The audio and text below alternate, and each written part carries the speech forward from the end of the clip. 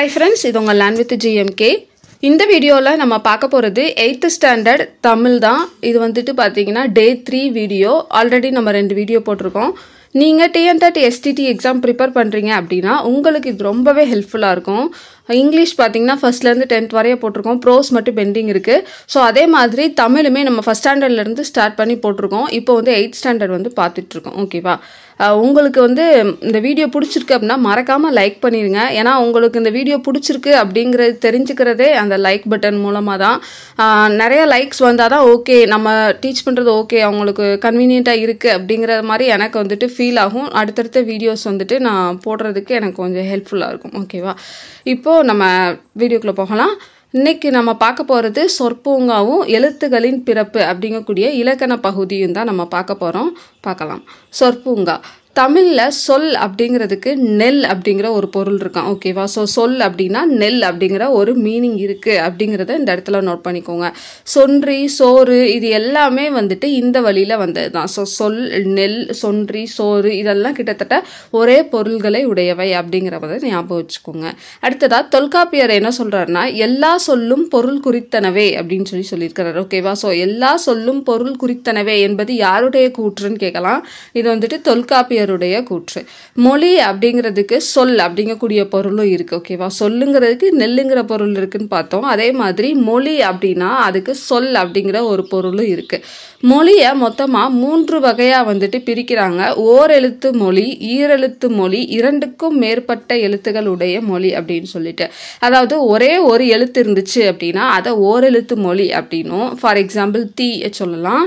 ஈரெழுத்து மொழி 2 எழுத்துக்கள் மட்டும் வந்திருக்கு அப்படின்னா அதை ஈரெழுத்து மொழியும், அதாவது ஃபார் எக்ஸாம்பிள் கண் அப்படின்னு சொல்லலாம். 2க்கும் மேற்பட்ட எழுத்துக்களை உடைய மொழி அப்படின்னா 3 எழுத்துக்கள் 4 எழுத்துக்கள் 5 எழுத்துக்கள் எத்தனை எழுத்துக்கள் வேணாலும் இருக்கலாம். ஆனா 2க்கு அதிகமா இருந்துச்சு அப்படின்னா அதை 2க்கு மேற்பட்ட எழுத்துக்கள் உடைய மொழி அப்படின்னு மொத்தமா மொழியை 3 வகையா வந்துட்டு பிரிக்கிறாங்க. ஓகேவா? இதுல ஓரெழுத்து அப்படின்னு சொல்றது நெட்டெழுத்துகள். நெட்டெழுத்துகள் 7ம் ஓரெழுத்தே ஓரெழுத்து ஒரு மொழி என்பார் தொல்காப்பியர். தொல்காப்பியர் என்ன சொல்றாரு? நெட்டெழுத்து 7ம் ஓரெழுத்து ஒரு மொழி அப்படின்னு சொல்றாரு. ஓகேவா? சோ நெட்டெழுத்து அப்படின்னா என்ன? நீண்டு ஒலிக்கக்கூடிய எழுத்து, அதாவது நெடில் எழுத்துக்களை நம்ம சொல்லலாம். நெடில் எழுத்துக்கள் 7மே என்னன்னா ஓரெழுத்து ஒரு மொழி தான் அப்படின்னு சொல்லி யார் சொல்றாரு? தொல்காப்பியர் அவர் வந்துட்டு சொல்றாரு. ஓகேவா? எடுத்துக்காட்டா ஆவண்ணா, ஈயண்ணா, ஊவண்ணா, ஓவண்ணா, அவ்வண்ணா அந்த இதெல்லாம் வரும்ல. ஸோ இது எல்லாமே வந்துட்டு என்னன்னா தொல்காப்பியர் என்ன சொல்றாரு? ஓரெழுத்து ஒரு மொழின்னு சொல்றாரு. குற்றெழுத்து ஒன்று தனித்து நின்று சொல்லாவது இல்லை என்பதை குற்றெழுத்து 5ம் மொழி நிறைவு இலவே என்பார். என்ன சொல்றாரு? குற்றெழுத்துகள் வந்துட்டு தனித்து நின்னாலும் அது வந்துட்டு ஒரு பொருளா தராது, ஒரு மீனிங்ஃபுல்லா இருக்காது அப்படிங்கிறத குற்றெழுத்து 5ம் மொழி நிறைவு இலவே அப்படின்னு சொல்லியும் என்ன சொல்லியிருக்கிறாரு? தொல்காப்பியர் வந்துட்டு சொல்லியிருக்கிறார். ஓகேவா? இப்ப நம்ம ஓரெழுத்து ஒரு மொழி அப்படிங்கிறத பத்தி பார்க்கலாம். ஓரெழுத்து ஒரு மொழி மொத்தம் 42 இருக்கு அப்படின்னு சொல்லிட்டு நம்ம ஆல்ரெடி 7th படிச்சிருப்போம்னு நினைக்கிறேன். ஓகேவா? ஸோ ஓரெழுத்து ஒரு மொழி மொத்தம் 42. அதுல மொத்தம் 40 எழுத்துக்கள் வந்துட்டு நெடில் எழுத்தும் 2 எழுத்துக்கள் வந்துட்டு குறில் எழுத்தும் இருக்கும். ஓகேவா? நோட் பண்ணிக்கோங்க. 42 ஓரெழுத்து ஒரு மொழியில 40 எழுத்து நெடில் எழுத்து 2 எழுத்து குறில் எழுத்து. இதுல இந்த நெடில்கள் இந்த 42 எழுத்துக்கள். ஸோ அதை தான் என்னென்ன எழுத்துக்கள்னு பார்க்க போறோம். உயிர் வரிசையில 6 எழுத்துக்கள், அதாவது ஆனாவன அந்த வரிசை இருக்குல்ல. ஸோ அதுல வந்துட்டு 6 எழுத்துக்கள் வந்துட்டு ஓரெழுத்து ஒரு மொழியா இருக்கு. மகர வரிசையில 6 எழுத்துக்கள் இருக்கு. தகர வரிசை பகர வரிசை நகர வரிசையில் 5 எழுத்துக்கள் இருக்கு. ஓகேவா? ஸோ ஃபர்ஸ்ட் பாருங்க. உயிர் வரிசையில் 6, மகர வரிசையில் 6, அடுத்து தகர பகர நகர வரிசைகளில் 5 எழுத்துக்களும். ஓகேவா? 5 எழுத்துக்கள் வருது. ஸோ அப்போ நம்மளுக்கு வந்துட்டு என்னன்னா 5னா 15 ஆயிரும். அடுத்து ககர சகர வகர வரிசைகளில் 4 எழுத்துக்கள், அப்போ வந்துட்டு நமக்கு 12 ஆயிரும். அடுத்து யகர வரிசையில் 1 எழுத்தும் நோ து அப்படிங்கிற குரில், அந்த 2 குறில் பார்த்தோம்ல, அது 2 குறில் என்னன்னா நோ து அப்படிங்கிற 2 குறில் எழுத்தும். ஓகேவா? இப்போ நம்ம இதை டோட்டல் பண்ணி பார்த்தோம்னா நமக்கு 42 வரும்.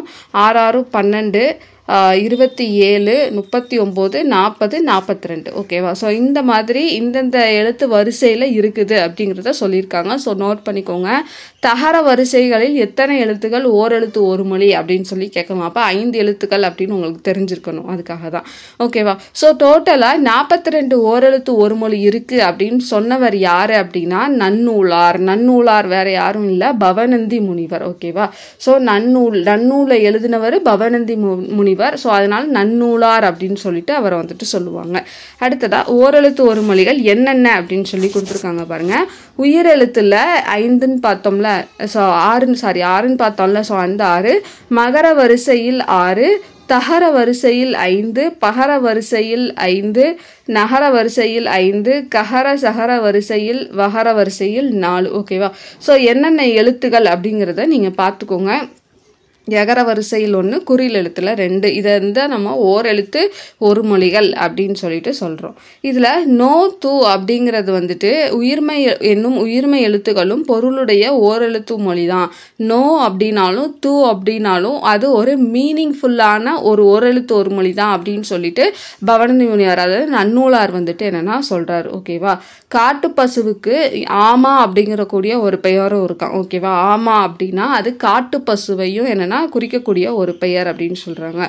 மா அப்படின்னா பெரிய அப்படின்னு பொருள் இருக்கு, இல்லைன்னா விலங்கு அப்படின்னு சொல்லிட்டு என்னன்னா பொருள் இருக்கு அப்படின்னு சொல்றாங்க.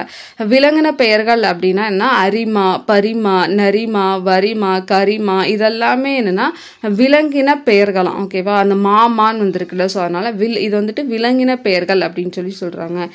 ஈ என்பது ஈக் என்னும் பொருளோட வெளிப்படை. ஈக் அப்படிங்கக்கூடிய பொருளோட ஒரு வெளிப்படை தான் ஈ அப்படின்னு சொல்லி சொல்றாங்க. ஏ என்பதன் பொருள். ஏய் அப்படின்னா என்னன்னா என்னோடு கூடு, பொருந்து, சேர் அப்படிங்கக்கூடிய பொருளை தரக்கூடியது ஏ அப்படிங்கக்கூடிய ஏய் அப்படிங்கிறது. ஏ அப்படின்னா என்னன்னா அம்பு, இல்லைன்னா அம்புன்னு சொல்லலாம். ஏவுதல் அப்படிங்கும் போது அம்பு விடுதல் அப்படின்னு சொல்றோம். ஏகலை அப்படிங்கிறது அம்பு விடும் கலை அப்படின்னு சொல்றோம். ஏகலைவன் அப்படிங்கிறது அம்பு விடும் கலையில் வல்லவன் அப்படின்னு சொல்றோம். அப்போ இந்த இடத்துல வரக்கூடிய எல்லா ஏயும் எதை தான் குறிக்குது அப்படின்னா அம்பு அப்படிங்கக்கூடிய ஒரு பொருளை தான் குறிக்குது அப்படின்னு சொல்லி சொல்றாங்க. அடுத்து முள்ளம்பன்றி இருக்குல்ல, ஸோ முள்ளம்பன்றியோட பழம்பெயர் அப்படின்னு சொல்லி எதை சொல்றாங்கன்னா எய் பன்றி அப்படின்னு சொல்றாங்க. ஓகேவா? முள்ளம்பன்றியோட பழம்பெயர் என்ன அப்படின்னா எய் பன்றி அப்படிங்கிறது. அம்பை எய்பவரை, அதாவது ஒரு அம்பை வந்துட்டு எய்வாங்கல்ல, ஸோ விடுவாங்கல்ல, அவங்கள வந்துட்டு எய்னர் அப்படின்னு சொல்லி சொல்றாங்க. இது ஒரு பெண் வந்துட்டு அந்த இதை வந்துட்டு பண்றாங்க அப்படின்னா அதை எய்னியர் அப்படின்னு சொல்லி சொல்றாங்க. ஓகேவா? அம்பை எய்பவர் வந்துட்டு எய்னர், அவருடைய மகளிரை வந்துட்டு எய்னியர் அப்படின்னு சொல்லிட்டு சொல்றாங்க. அடுத்ததா செந்தமிழ் அந்தனர் அப்படின்னு சொல்லி நம்ம யாரை சொல்றோம்னா ரா இளங்குமரனார் அவர்களை வந்துட்டு சொல்றோம். யாரு? செந்தமிழ் அந்தனர் அப்படிங்கிற புகழுக்குரியவர் யாரு? ரா இளங்குமரனார் அவர்கள். ஓகேவா? இவருடைய நூல்கள் அப்படின்னு பார்த்தோம்னா இலக்கண வரலாறு, தமிழிசை இயக்கம், தனித்தமிழ் இயக்கம், இது எல்லாமே இவருடைய நூல்கள் தான். தேவநேயம் அப்படிங்கக்கூடிய ஒரு நூலை வந்துட்டு தொகுத்து கொடுத்துருக்கிறாரு. அது மட்டும் இல்லாமல் திருச்சிக்கு பக்கத்தில் அல்லூரில் திருவள்ளுவர் சாலையையும் பாவாணர் நூலகமும் என்னென்னா அமைச்சிருக்கிறாரு. யாரு? ரா இளங்குமரனார் அவர்கள். ஓகேவா? அல்லூரில் திருவள்ளுவர் தவச்சாலையையும் பாவாணர் நூலகமும் அமைத்தவர் வந்துட்டு யாரு? ரா இளங்குமரனார் அவர்கள். ஓகே. அடுத்ததா சொற்பூங்காவில் கொடுத்துள்ள செய்திகள். இந்த நம்ம இப்போ பார்த்தோம்ல, இந்த டீட்டெயில் எல்லாமே என்னன்னா தமிழின் தனி பெருஞ்சிறப்புகள் அப்படிங்கக்கூடிய இளங்குமரனார் எழுதின ஒரு புத்தகத்துல இருந்து தான் என்னன்னா நமக்கு கொடுக்கப்பட்டிருக்கு. ஓகேவா? தமிழின் தனி பெருஞ்சிறப்புகள் அப்படின்னு சொல்லிட்டு இளங்குமரனார் எழுதின ஒரு புத்தகத்துல இருந்து கொடுக்கப்பட்ட பாடம் தான் சொற்பூங்கா அப்படிங்கிறத ஞாபகம் வச்சுக்கோங்க. அவ்வளோதான் ஃப்ரெண்ட்ஸ். ஸோ எழுத்துக்களின் பிறப்பு பார்த்துடலாம் நினைச்சேன், பட் இதையும் பார்த்தோம் அப்படின்னா கொஞ்சம் உங்களுக்கு கன்ஃபியூஸ் ஆகும்னு நினைக்கிறேன். ஸோ அடுத்த வீடியோவில் நம்ம எழுத்துக்களின் பிறப்பு பார்த்துடலாம். எழுத்துக்களின் பிறப்பும் பாடல் வரிகள் வந்துட்டு கேட்டுட்டு இருந்தீங்க. ஸோ பாடல் வரிகளும் வேணால் சேர்த்து பார்த்துடலாம். தேங்க்யூ.